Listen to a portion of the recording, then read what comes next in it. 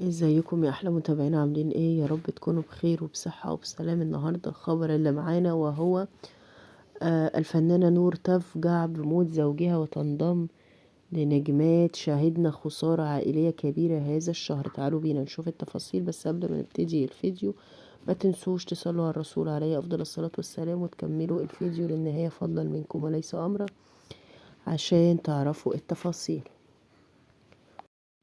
ينضم حدث وفاة زوج الفنانة اللبنانية نور إلى قائمة المآسي التي شهدناها خلال الأسابيع الماضية، والتي رحل بها عدد من الأعزاء على قلوب فنانين وفنانات بالوسط الفني.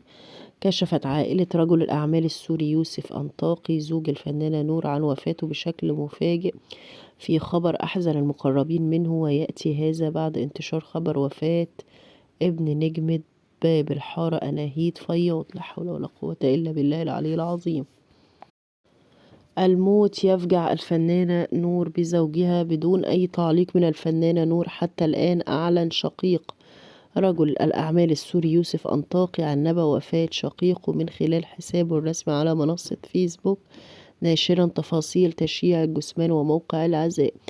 من جهة أخرى قامت عائلة الفنانة نور بذات الشيء، حيث أعرب نجوم ونجمات من الوسط الفني والمقربين للعائلة عن حزنهم، مقدمين رسائل تعزية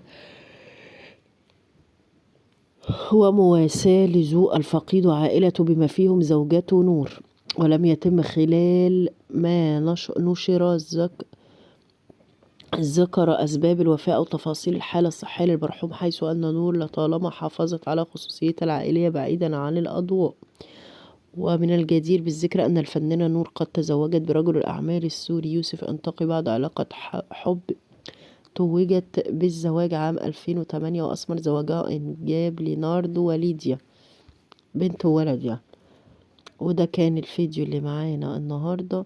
طبعا خلال الأسبوع الماضي شاهدنا أيضا خبر محزنا بوفاة والد مي عمر وزوجها محمد سامي، ودعوا بكلمات مؤثرة.